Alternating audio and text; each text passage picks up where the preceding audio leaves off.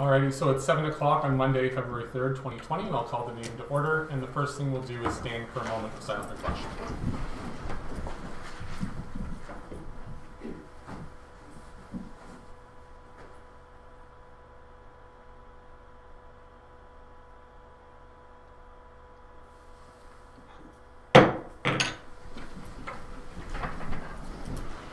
Alright, is there any declaration of peculiar interest or general nature thereof?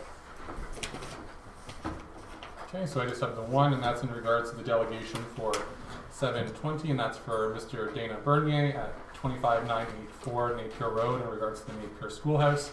And the reason for that is because my wife is the Secretary Treasurer of the Napier Women's Institute, and the Napier Schoolhouse was purchased by them in the 1960s, so I'm declaring conflict on that. And because of that, and our Deputy Mayor is away, we need to appoint a chair for that. And the motion will be resolved that Council appoint Councillor McKinnon as chair for the 7:20 p.m. delegation, unless somebody else wants to jump in as chair. So moved. Okay, moved by Councillor Clark, second by Councillor Brody. All those in favor? Opposed, and that's carried. Alrighty. So moving into our minutes, we have the minutes of the meeting on January 28th and 29th. We have a mover and a seconder to approve those. Councillor McKinnon and Councillor Brody. All those in favor? Opposed, and that's carried. Okay, so we have a few delegations for tonight's meeting. The first one is at 7:05, and that's for County's Transit Committee. And then at 7:20 we have Dana Bernier regarding the Napier Schoolhouse, and then at 7:35 we have Heather Cormack in regards to 25700 Kerwood Road and industrial uses. So, Deputy Mayor Wilkins, are going to be longer than about 20 minutes? I'll give you 5, or give me 5. Okay, well, we'll let you come up early. We'll be speaking. Okay. I know how important it is to stay on track, so Excellent. I'll try not to wander. PowerPoint on the laptop, or shall I poke this in? Poke that in, please. Okay. Yes. So we, from Four Counties Transit Committee, we have the chair and Western Elgin Councillor Bonnie Rowe. That's me. Yep. And then member and Southwest Middlesex Deputy Mayor Mary D. Wilkins. Thank you. So welcome. Thank you for doing the introduction. That saves me a little bit. Well, thank you very much to Adelaide Metcalfe Council for allowing us to come tonight. And this is just really an information meeting. Some of you may know about the transportation service that is offered to the Four Counties catchment area, and some of you may not. So that's why we're here. There's another reason too, and you probably read that a little further down in the report. We are looking to expand the area, and we are going to neighboring municipalities. We think that Adelaide Metcalfe may be a good partner, and that's really not been decided where we would take the boundary at to take it back. But Bonnie and I were looking at a map earlier today, and we thought just as a starting point, maybe Kerwood through to the Southwest Middlesex boundary would be a good starting point. We're pretty confident we could achieve that and accomplish that with no problem. So, I'll just wait a second till Bonnie gets this up here.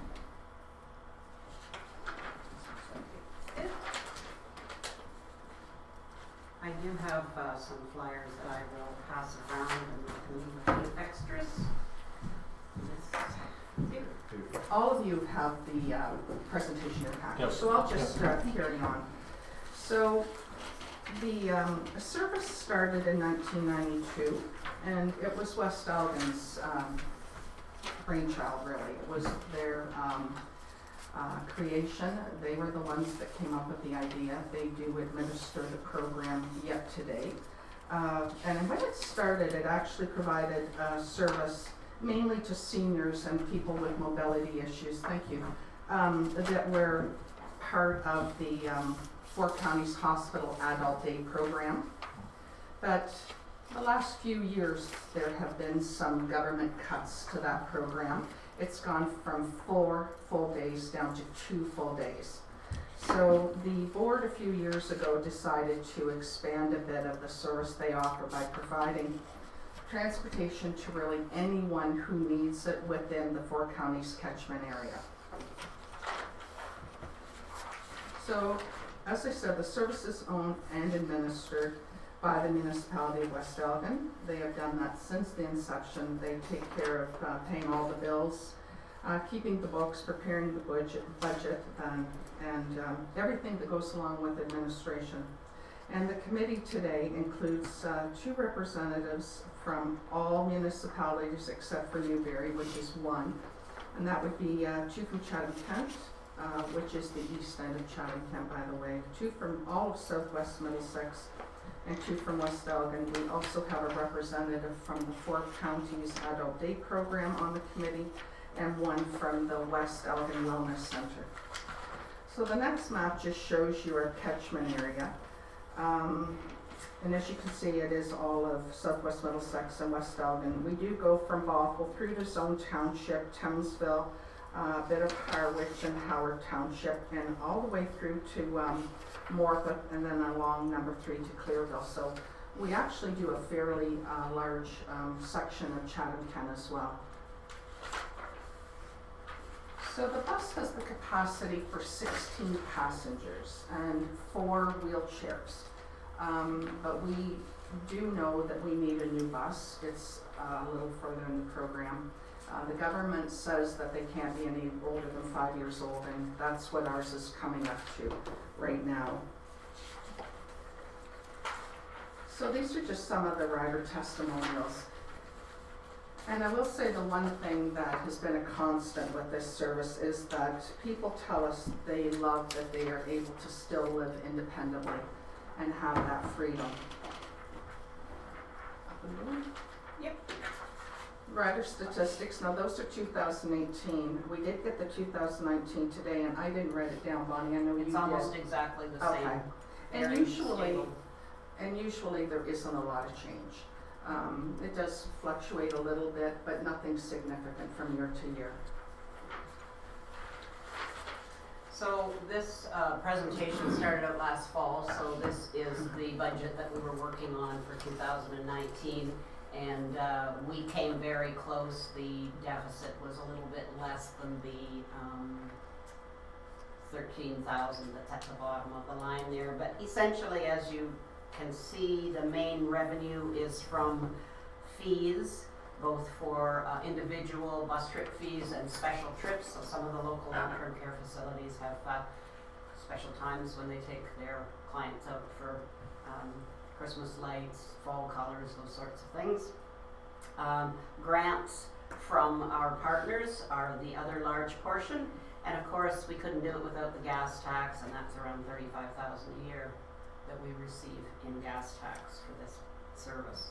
The expenditure line, as you might expect, is wages and mandatory benefits, and we have 2 part-time staff that switch about.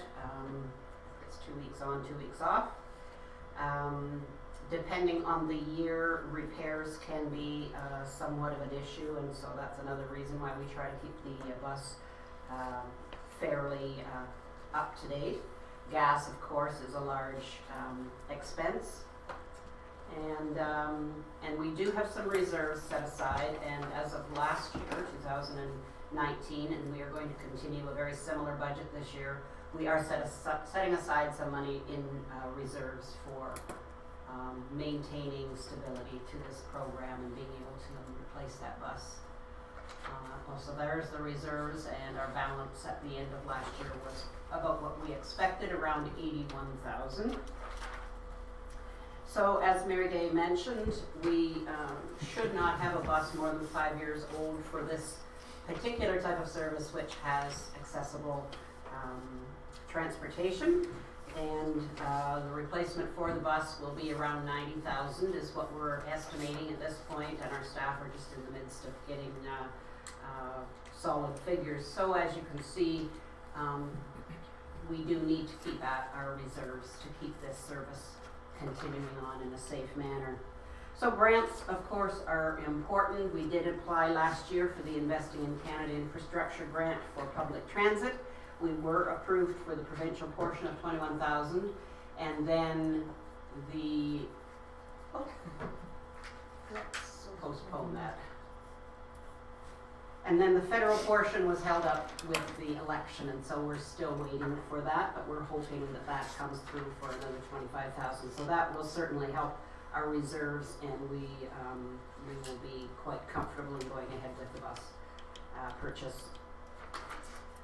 Some other ideas that we have had for increasing revenue is the reason that we're here to potentially expand our catchment area, and we do have space with our current staff, so we wouldn't need to hire any additional staff, and we do have some openings for rides. So as Mary Gay mentioned, for your area in particular, we would be looking at perhaps up to Kerwood, that area. We started out with these delegations to all of our partners, as well as Don, Euphemia, and Strathroy Caradoc, and along the way had recommendations to come here, as well as Brooke Alvinston. So basically all around our catchment area. We're also planning, once we get our new bus, to sell some advertising on those windows, and those nice see-through signs that you see. And obviously we will be going to people who have a senior clientele and that sort of advertising. A donation campaign. Our service clubs have been very good in the past, and we're planning to extend that invitation to them once again to support our service. And the user fees had not been raised in a few years. They were $5 for a round trip within that catchment. Well, sorry, $5 one way, $10 round trip, and we've just increased that in January this year to 6 and 12. So we thought that was fair to stretch all of our payers out, as well as our partners. So essentially, we do want to keep the service going. We're looking at ways to strengthen it, and also looking at ways that you might be able to support your seniors and disabled persons with program. So if there are any questions, we would be glad to field those. Okay, thank you so much for the presentation. Councillor Clark, do you have a question? I have a couple. When you're looking at the cost here, you just increased the per ride to $6 and round to 12. You're saying that's within the catchment area, so you can go from Newberry to downtown Chatham. So if you look at the inside of this flyer, within the service area is that outlined area that Mary Gay showed you. Is the map. So right? if someone from Glencoe wanted to go to Strathroy to the hospital, that would be outside the catchment area. They could take that bus, and they would look at the out-of-service area there on the brochure, and it would be a higher fee. Yeah, okay, so Which that was my question. So they're going to pay that fee. That's not your cost to operate. That's the cost for the user, correct? That's correct, Okay. yes. So have you done any preliminary studies or any surveys to justify your consideration to expand into the Kerwood area? What we're looking at really is a document that we got. Obviously, this program really is centered around the County's Health Services building and services. And so we did look at, I mean, yes, there are other trips. We do take people for grocery shopping and social activities even, but trips to that hospital are one of the main reasons that we run this bus. And so we did get some statistics from the Four Counties Health Services as to who uses their services. And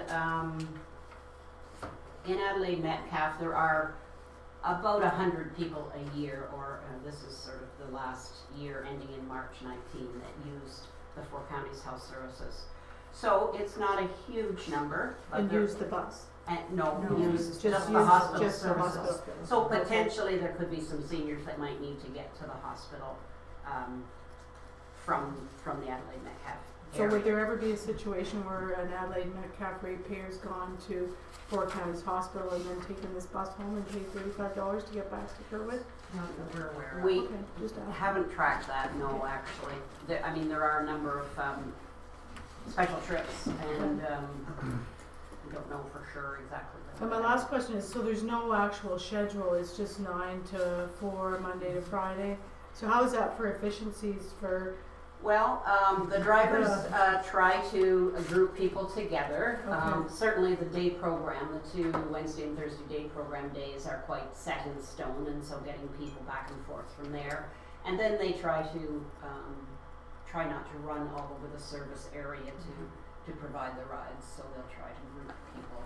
And they have a sense of how, the distances, and okay, I'm taking this person to the hospital today, but also someone's going to Glencoe to buy groceries, and so we can fit you in, kind of thing. so how is there a required booking time, like you should do it 24, 48 hours, or what's the rule?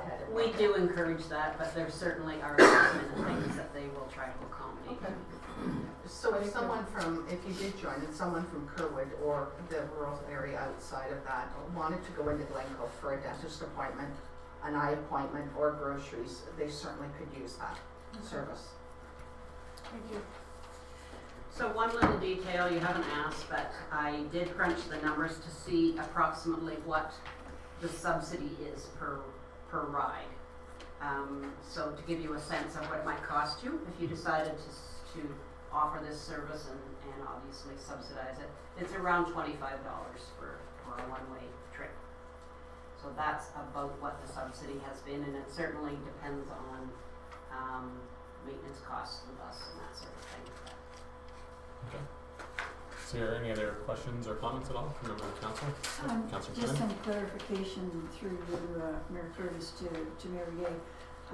The dispatch service is the one that's available from Friday 9 a.m. to 4, but the service itself can be after those hours. Absolutely, absolutely. Even holidays, we have some members in the catchment area that want to go to church on Christmas Eve, and they're available for that. As long as the bus drivers are willing to do that, it's available. And that pricing model is per person? So if a husband and wife went out and had too much to drink, it would be $100 if they're okay. Yeah, it would be. That's just the ample service all needs, I'm just asking. So, okay. You'd be surprised how many people do use it. Well, you don't know, yeah, it's accessible, and it's easy for people, obviously, if they have any mobility issues, and if they're in a wheelchair, it's certainly easy for family members that are caregivers, so. Well, thank you very much for having us here tonight, Thank and you so much. I don't think we went over by too much, did we? No, that's okay. That's why we started early. Well, thank you. Okay, thank you so much. Thank you And very much to Get out of that. get my memory stick back. And we haven't gone through our budget process yet for 2020, so I'm sure that this can be part of it to look into it. And Perfect, thank you. yeah, okay, thank you so You much. know how to get a hold of us if you'd like more info. Yes, we do. Thank you. Okay, thanks.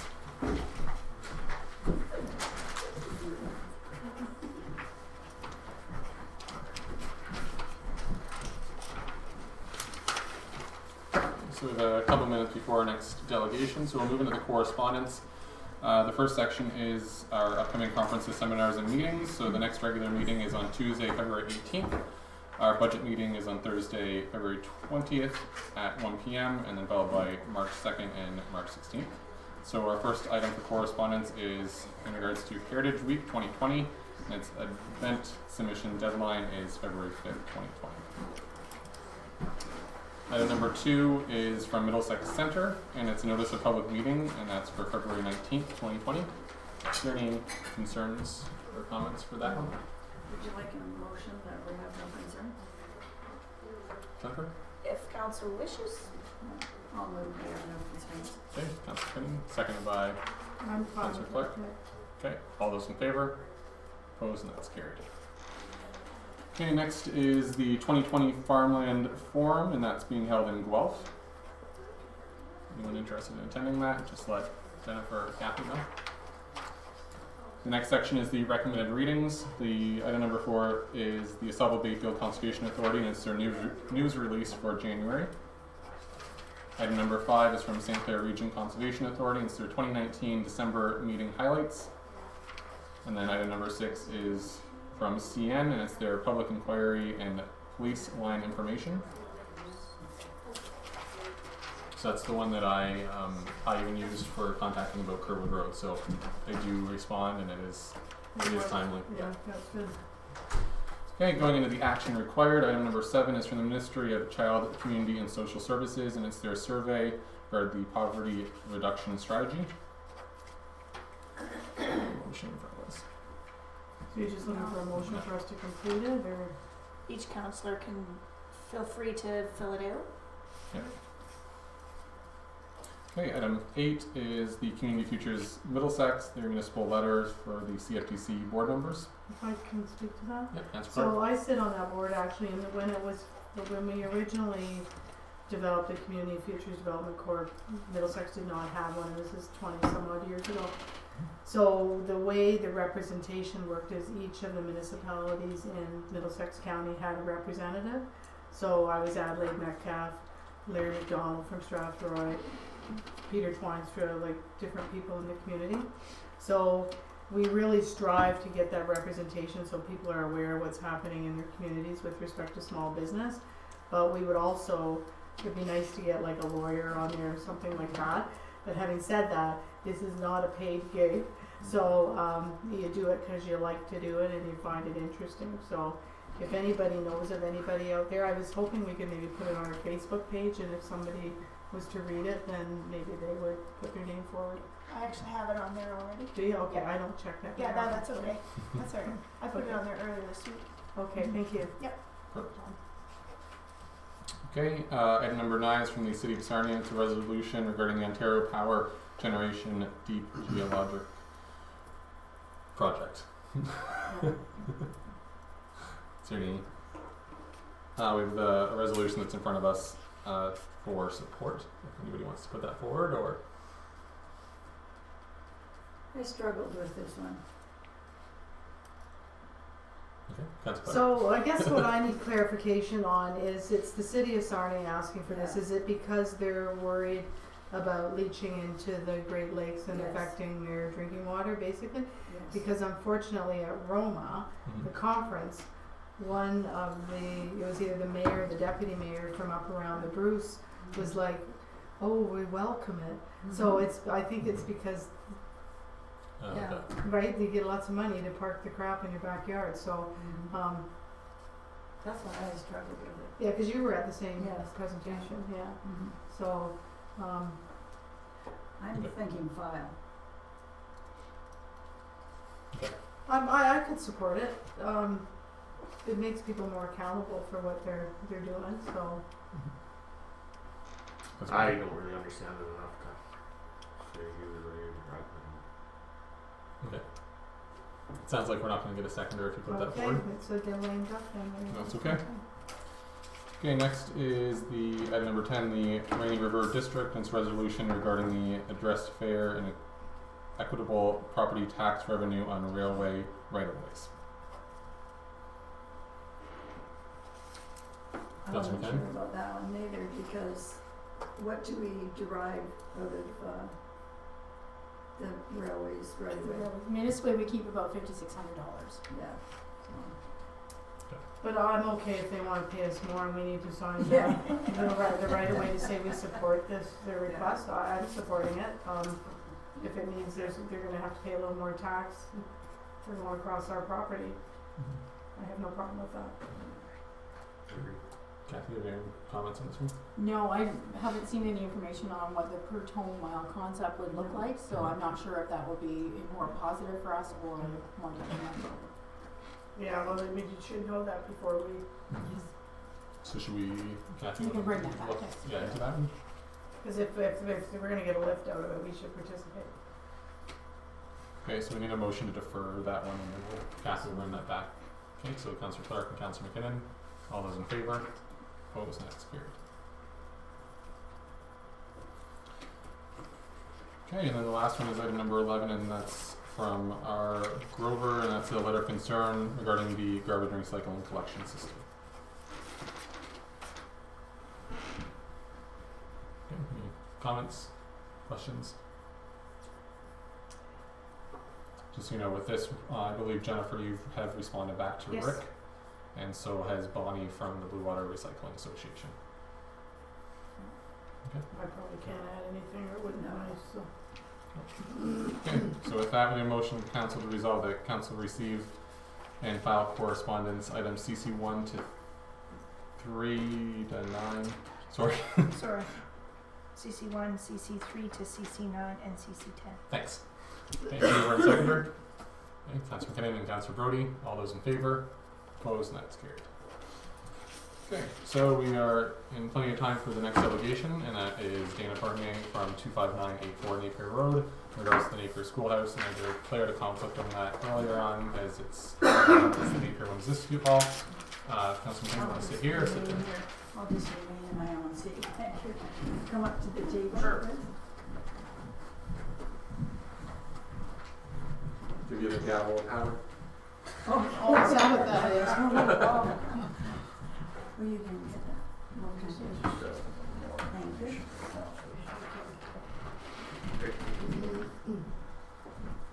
So we need to go in camera? No, Okay. no, this is open session. Okay. That's just a conflict, Later. yeah. Okay. That's just a it's just a conflict. So we'll let the Bernier start off with their Sure. presentation. Yes. Thank you for having us here tonight. You're no stranger to us. We've been here before a few times, and we're still thinking about the same proposal we made in the past. So I did put this little information back together again. It is a bit of a refresher and maybe a little more information we have for you tonight. And it's to the Township of Adelaide Metcalfe. We, Dana and Nancy Bernier, have discovered with the help of our lawyer, Robert Waters of Strathroy in 2017, that the old Napier Schoolhouse was owned by the Township of Adelaide Metcalfe. We submitted an offer to purchase the schoolhouse for a museum, but the Township needed to establish the fact of ownership, which was confirmed by your lawyer. In January 2019, we came back to make the same proposal. Last January 4th, we again made the same proposal. The school sits in a derelict condition, and there is more windows gone. No hydro hook to the building of any or heat source of any kind. The Napier School has not had a penny spent on it for upkeep of any kind in years. And so is the last building that can be restored to a museum. The Napier store sits the same way, empty and neglected, with the inside destroyed by raccoons. And that's all it takes to ruin a fine landmark of Napier. And if you have a chance upstairs in the of the Napier store, it's about a foot thick up there, and raccoon poop there, and that ceiling's going to come down, and it is a hazard, like a health hazard, raccoon stuff. That's so just a little note there. The schoolhouse has been used as a community hall for a long period of time, and that's what we'd like to do to make it a tribute to the community, restore it to its formal state, and make an educational building out of it again. We made an offer to purchase it and are not asking for any help from anybody. We have proven we can do it by the restoration of the 1850s cabin on our home property, which is a museum piece and has been toured by schools, historical societies from all over, plus by many who have a connection to Napier and its history. Letting this building that could be saved and dedicated to the rich history of Napier fall down is truly a waste. We have submitted in the past a map, which I've given you again, a map of the township property that shows where parking would be, and have met with septic installers to decide where to put the system. Every consideration to saving this landmark has been considered, but it won't last forever. Every season spent empty is more damage. We are asking you, the township councillors, to consider our proposal and take the next step forward in the preservation of this building. Once historical buildings are lost, they are gone forever, and pictures won't tell the story. Let's move forward and do the right thing. History tells us it's the community that makes people proud of its past. Let us rebuild and preserve our past for our future generations to learn from and enjoy. No, I have also, you should see the map there, the proposed piece we're looking at with the area for parking out front. We're no strangers to Napier. We've been living here, well, been married there for 43 years now, and have a connection to history of Napier right since I was 12 years old. When they were going to restore the store in Napier at one time, we held 3 ghost walks and donated all the money to the store to restore it. Have done, I can't tell you, countless amounts of historical presentations that were paid. All the money went to the store to restore the store, and as you see now, it's just falling apart. It's going to go down. We don't want to let the last place in Napier go to the same fate. Like I said, there hasn't been a penny spent on it in years, and it can be saved, and we can put it into a museum and make something for the community. I see right now coming up, there is a Heritage Week, a Heritage event coming. Wouldn't it be nice to have something in Napier? Tell about our heritage. Why do we let it go past? If you forget it, it's going to be gone. So that's what more or less we've been trying for years to, you know, we all agree it's the, through 3 lawyers now total that say that you folks own it. We can let it fall down, or we can make something that's good for the community, and that's what we want to do. So, I don't know if you have any feelings on this tonight, or any thoughts, or questions for us. I'm more than happy to answer anything. Things we can do to help move it along, I'm not sure. Like we're all, like I grew up in the area, I've been from the area, my ancestors went to school there, they went to church there, like, so we're really connected to the area, and as a community, it's a small community, but we all are there for one another. As Coulter, you would know, we all back each other, and like, we're friends, if somebody needs help, we're always there, and like, the community does support us in this endeavor. If we could show you that, I don't know if that's We something. can fill many halls with people that are from all over Ontario, museum coordinators, they all want a piece of the action, they all want to help. But we need you folks to make the first effort. Any member of council like to make a comment or ask a question? Any questions? Having none, is there anyone in the audience that would like to address the presentation? Okay, well thank you for your, Okay, thank you for your presentation We tonight, appreciate it. and we'll get back to you. Thank you. Appreciate that.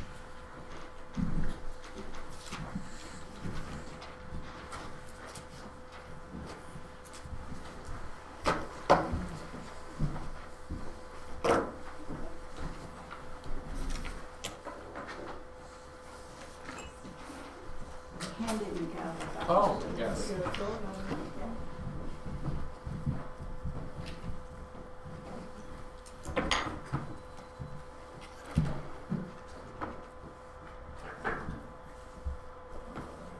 We're a few minutes early, but we'll move into the next delegation, and that's for 7:35. Heather Cormack from 2603 4 Kerwood Road. You would like to speak in regards to 25700 Kerwood Road and their industrial uses. I believe council, you received a piece of correspondence just earlier this morning when you arrived. Do you mind if I sit at this table instead of in front of the? Yeah, that sounds good, and you can pull up one of the comfy chairs too. No, this is okay.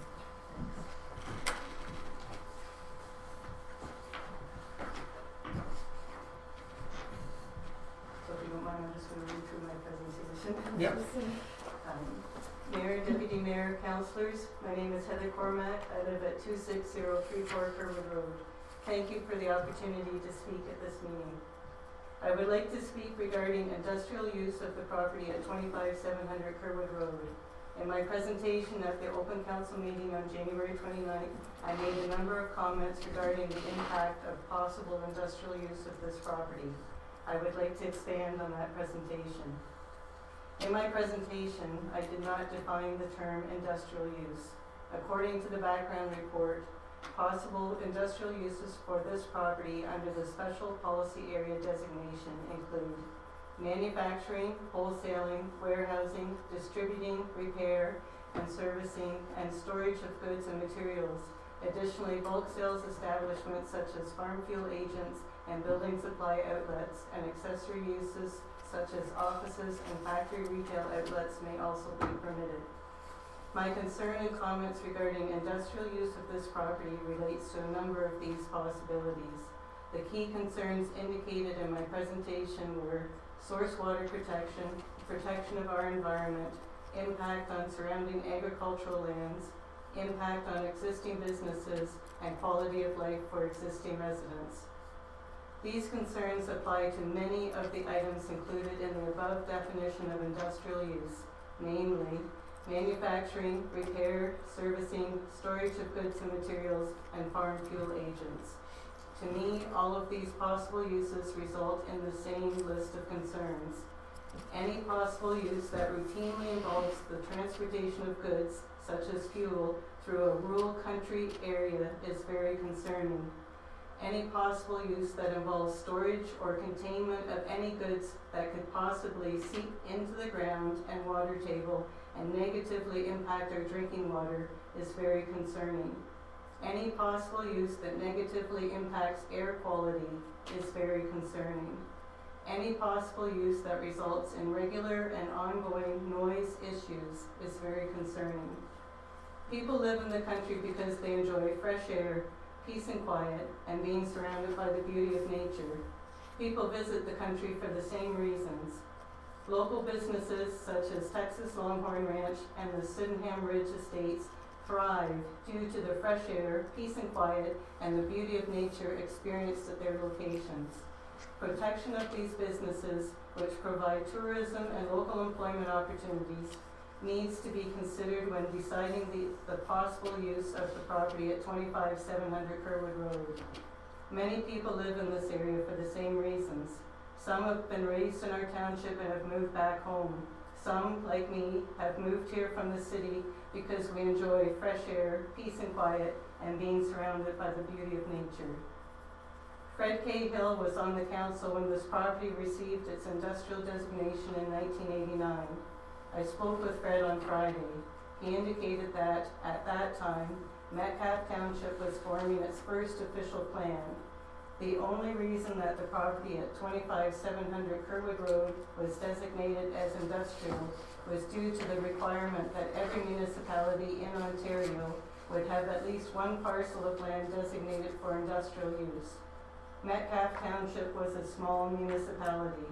This parcel of land was selected only because it was bordered by 3 county roads, 6, 8, and 10.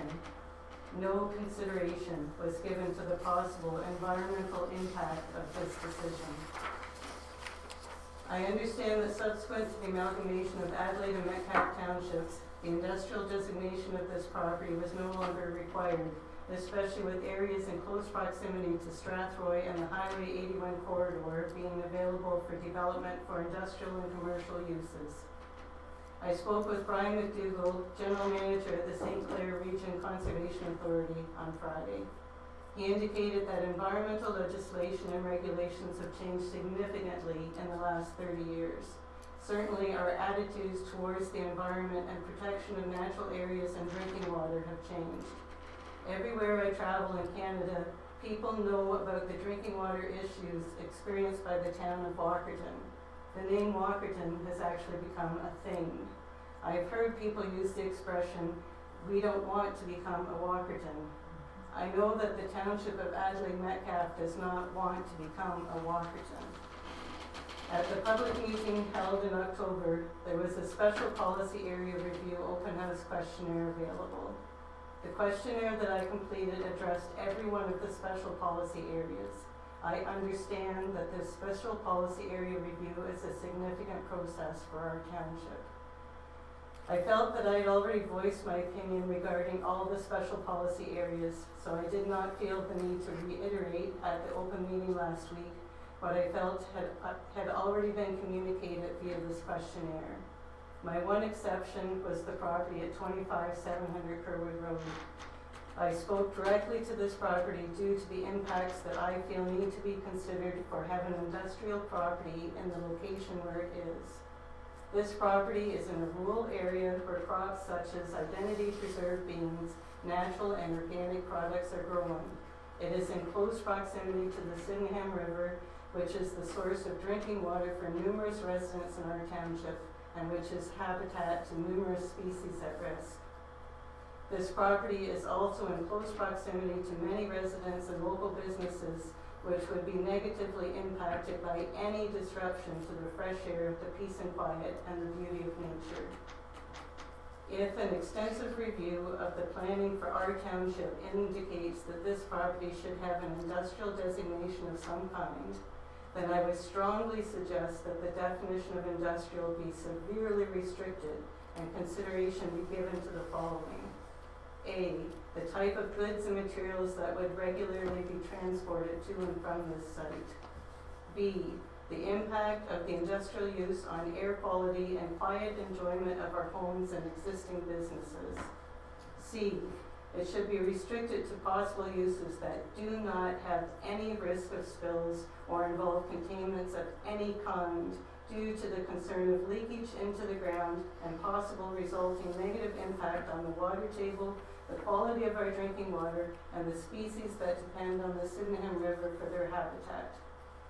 Criteria for spill remediation and containment of goods continue to change over time as we learn from problems that come to light with existing codes and regulations. D, as indicated earlier, environmental legislation and regulations have changed significantly in the last 30 years. Certainly, there has been increasing focus on the environment in recent years. I would expect that environmental legislation and regulations will continue to evolve and become even more restrictive in the future. This property needs to be treated to a higher standard in anticipation of these changes in order to prevent issues in the short and long term with our source water and our protection of this river. Council needs to find a solution to the zoning for the property at 25700 Kerwood Road that considers and addresses these key concerns and meets the goals of the Special Policy Area Review for the Township Official Plan, which were summarized in my January 29th presentation. Thank you. Okay, thank you very much, Heather. Is there any questions or comments from members of council? No? Thank you so much. A lot of thought was put into this letter, and I thank you for coming out and presenting that to us. Okay, thank you so much. Thank you very much.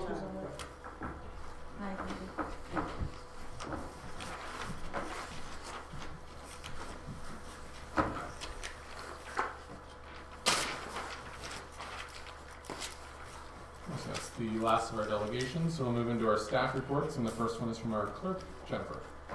Thanks, Mayor Smith. My first staff report is regarding the regular council meeting that's scheduled for Tuesday, February 18th, 2020 at 7 p.m.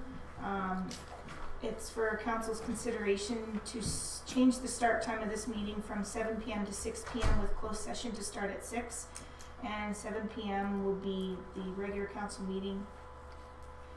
There's planning applications. There's also closed session items that will involve council discussion.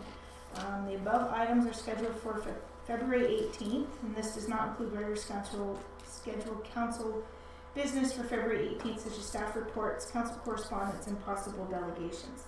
There's no financial impact with respect to this report, and I have two motions there for recommendation that the council approve the start time February 18th council meeting staff report is presented by myself, and that council approve the start time for the February 18th, 2020 council meeting with closed session commencing at 6 and regular open session commencing at 7 in order to conduct the scheduled agenda items for this meeting. Okay, so Councilor McGinnivan, second by Councilor Clark, and that's to receive the report. All those in favor? Opposed, and that's carried. And motion to approve the change of the start time. Okay, Councilor Clark and Councilor Brody. All those in favor? Opposed, and that's carried. My second staff report is an update to council regarding December and January's bylaw enforcement. I didn't have this on the last council meeting because I knew we were meeting back to back, so I figured I'd just put it all together on the council meeting. So there hasn't been many changes other than the one has been closed. And that's the one at 2697 Kerwood Road. The rest are either in open or under investigation. So that moves our total initial complaints since June of 2019 to 12. And we have closed 5 out of those 12 files. Is there any questions at all? Yeah, so a couple of questions. So this is just for the tidy yard and property standards? This isn't for other Right. bylaw infractions? Right. Okay. Correct. And that's my first question. The second question, property number 1, were they just to lower it and leave it on the ground, or were they to remove it? They were to remove it, and pictures were submitted where most of the building was removed. There's still some items that are not totally been removed. The bylaw enforcement officer was satisfied that they would eventually move all the items. It would be dependent on weather, so he He's decided. had a conversation with Yes. you? Yes. Okay, any other questions at all? Okay, seeing none, we have a motion to resolve that council received the bylaw enforcement report for the period ending January 31st, 2020 as presented by the clerk.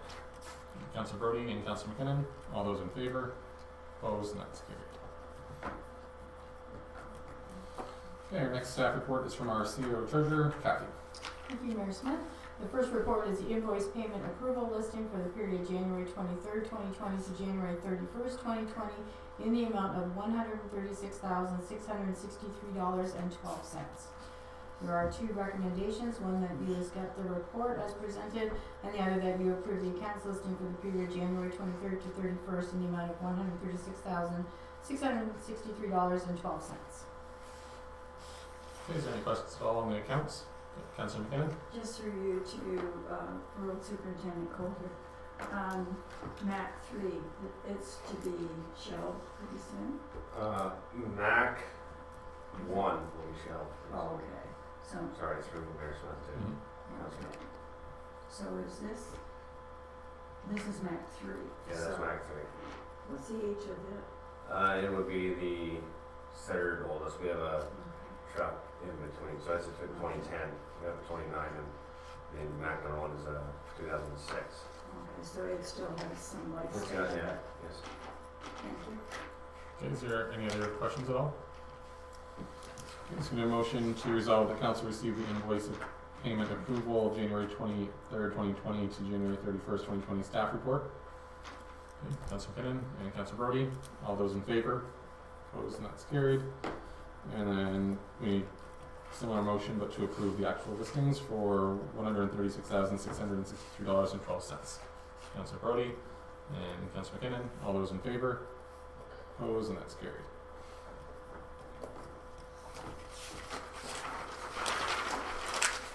Next report is in regards to stopping the train whistle at Pike Road crossing. It is the CN response. As council is aware, an update report was received by you on January 28, 2020. I had submitted an inquiry through the email through the CN inquiry line. We did receive a response from CN the same day that I had sent the request. There is a requirement for a detailed crossing safety assessment by a qualified external professional engineer evaluating the conditions at the crossing and within the crossing area to be conducted. Once this evaluation is completed, it is submitted to CN for review, with the township responsible for all costs associated with CN's review and any costs incurred by CN in support of the assessment. If council so directs, the next step will be to issue a request for proposal to engage an engineer to conduct the crossing safety assessment. I have attached a copy of the CN letter, which was received January 24, 2020. The costs related to the whistle cessation process will need to be incorporated into the 2020 budget. Staff will pursue additional information from CN in regards to potential costs for their review of the request to stop the whistling.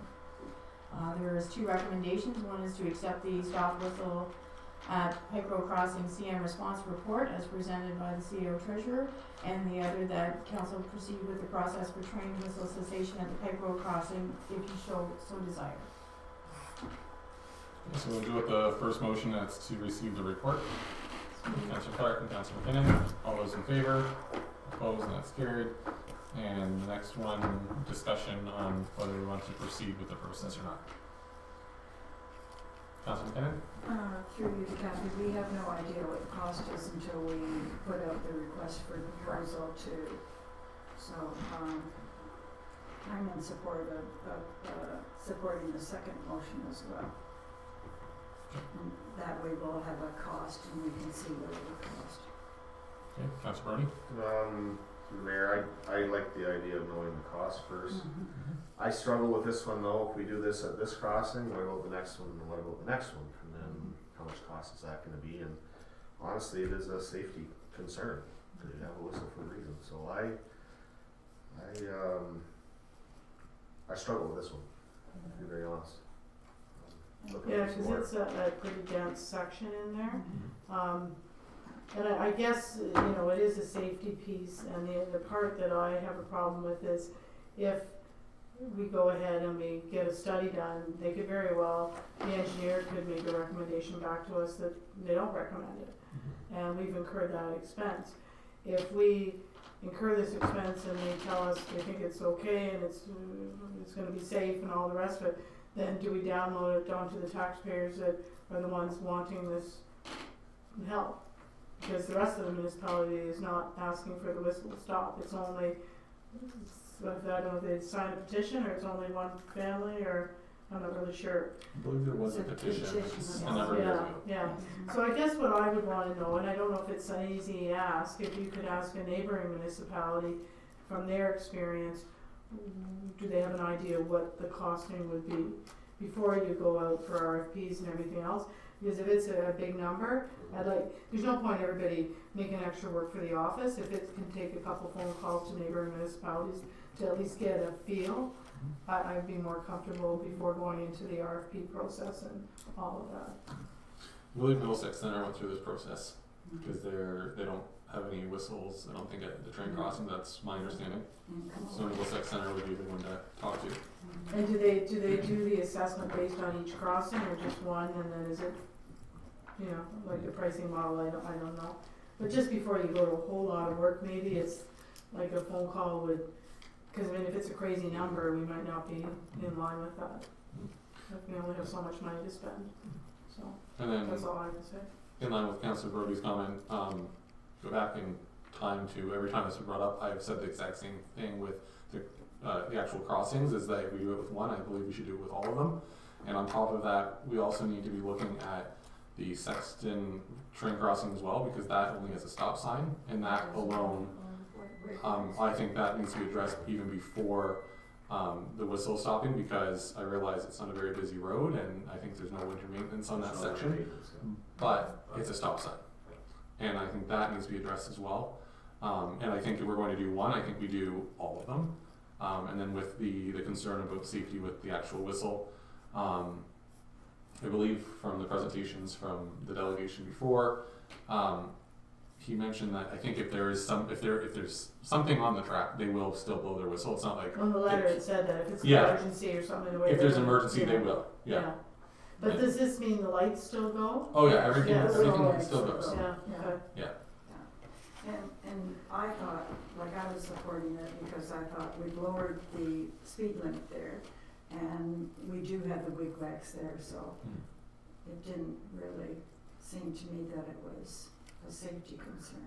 Yeah, I'd just like to know what the cost Yeah. is for all these studies, because we're gonna have to eat it unless we can download it to the ones that want it, but then if you're gonna do all the crossings, that's not fair to, because then everybody benefits, right? Change that. Because at the same time, why does Pike get it, and why does Kerwood Road not? You know, Exactly. Kerwood, like the village of Kerwood, is just as Exactly. populated as that area. Yeah. Precisely.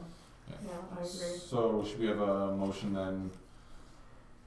I'll make a for- motion that we direct staff to do some informal, fact finding on potential costs for these engineering reports. And that we revisit it once we have that information. Through the mayor, can we add maybe one thing to that, like a quick email to our insurance company? Because Fact finding, well, that's gonna be encompassed in Okay. fact Yeah, finding. but that's a good Yeah. point to raise, because is that gonna affect, If I may, we did do that before, when we had this issue Oh, before, okay. we got response from the insurance company. And they said more or no? They didn't say that there would be a dollar value, but they do assume the liability. Okay. Okay, so that's moved by Councillor Clark, seconded by Councillor Brody. Is there any further discussion on this? And when we do get whoever's looking into this, we're looking into it as a whole, or just specifically on one crossing, or just fact finding to see how much it is going to be? Because if you call Middlesex Center, they've gone through it, they can tell you how many crossings there were and what the scope was. Yep. And then if you call the town of Strathroy, it's just the one crossing, maybe they can tell you what that cost. Okay, all those in favor? Opposed, and that's carried. And just to note, this topic has been, this is the third council term that this topic's been up. I remember, I don't know if Councillor McKinnon you remember, but there was, yeah, it was quite interesting. There was a delegation that was here, and there was a loud horn that went off just to show how loud the train, whistle is, just kind of like mimic that. So it was a very interesting delegation. I think that was back in 2012, probably 2011, 2012. Well, I appreciate the fact that they probably don't like the whistle, but if you buy a condo in London right now, it's on Gainsborough Road, it says it right in your condo corp agreement that you acknowledge that there is traffic on Gainsborough and it's gonna make some noise and they're not responsible for that. So, I appreciate that they don't like the noise. Yeah. Well, it's all about like the cost and the risk exposure, that's all we can look at. Okay, on to the next report. The next report is the Drainage Act review. The Drainage Act is one of the oldest pieces of provincial legislation. Minister of Agriculture, Food and Rural Affairs, Ernie Hardeman, announced at the Roma Conference that portions of the Drainage Act is under review. The Drainage Act discussion paper is posted on the Environmental Registry for Ontario. OMAFRA is committed to reducing the red tape burden of aspects of the Drainage Act, reduce costs and project delays for farmers and other rural landowners and municipalities. Comments may be submitted through the ERO until February 18, 2020. There are 3 proposals on which to provide comment. Other suggestions and recommendations to streamline the Drainage Act can also be submitted at this time. The information gathered through this consultation process will be used to form the basis of the amending regulation. Further consultation will take place on the regulation when it is drafted. Staff will be drafting a submission to the ERO on the Drainage Act discussion paper. Council is welcome to provide any comments for inclusion. The attachments of the letter from Ernie Hardman announcing the review and the Drainage Act discussion paper. There is no direct cost to the township for submitting comment, and the recommendation is that you accept the report as presented. Okay. Moved by Councillor Ken, seconded by Councillor Brody. Is there any discussion or comment? All those in favor? Opposed? That's carried.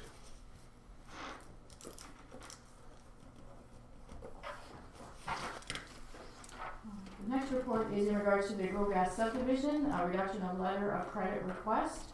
The Township of Adelaide Metcalfe approved a subdivision agreement with 1926691 Ontario Limited and Growgrass Farm Limited on November 10th, 2016.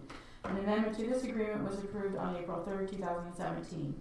This development is known as the Growgrass subdivision and consists of a total of 12 residential lots with an initial 6 lots of Phase 1 approved for building, and that 6 remaining lots, Phase 2, may only proceed after a term of water quality monitoring. The subdivider has submitted a request to their solicitor for council to consider a reduction in a non-revocable letter of credit. The request is accompanied by supporting documentation from the subdivider's engineer. The letter of credit is set at $490,000 as per the subdivision agreement. The subdivider is requesting a reduction of $390,000 to $100,000 based on the amount of work remaining. Section 12, Security Arrangements, item 12.2 does provide for the township to be able to reduce the amount of security. A sufficient amount needs to be retained as security to protect the township. I have attached a copy of the letter from Joseph Hentz from Learners, which requests the reduction. Financial impact. There is no financial impact to the township to approve a reduction in the letter of credit. The township has not assumed any of the works under the subdivision agreement at this time. The recommendation is that you accept the Growgrass subdivision reduction of letter of credit request report as presented, and that you will also approve the request for a reduction to $100,000 in the letter of credit required under the subdivision agreement for the Growgrass subdivision if you so desire. Okay. Discussion? I can support that. Okay. So the first one is to receive the report. Okay. Councillor Clark and Councillor Brody. All those in favor? Opposed, and that's carried. And then to approve the request to have the reduction to $100,000 letter of credit. Okay, Councillor Brody? Just a Yep. question from there. There's no concerns from staff on this? Like, it looks like everything is almost completed, so. Yes, they're moving along very quickly on it, and the 6 available lots are already sold Okay. and developed, being developed in different stages right now. So. Okay. So I believe when we did our road tour, I'd asked Jack why those separate pipes were, and that's exactly so we can test their water quality and all that, so. So moved. Okay, moved by Councillor McKinnon and seconded by Councillor Brody. I just want to note that this is the first time that Councillor McKinnon is able to vote on this one. That's right. It's very exciting. We don't have conflict with sinkers and murders now. Okay. All those in favor? Opposed, and that's carried. That's probably good, we don't have a whole lot of people around. Okay, do you have anything for other business? I just have So, one. we're Yep, gonna right. have the sidewalk report, you said the Yes. engineer's gonna have something for the 18th? Okay. Alright. Just have one update. So at the county building today with the county road assumption and bridge study committee, or whatever we are calling it right now. So there's going to be a recommendation going to county council at our next regular meeting, which I believe is the 18th, to recommend a number of roads being changed to county roads. And in the recommendation, there will be 2 roads from Adelaide Metcalfe in there. So that'd be Pike from Melbourne Road to Mulferry, and then the section of Mulferry from Pike to Centre Road.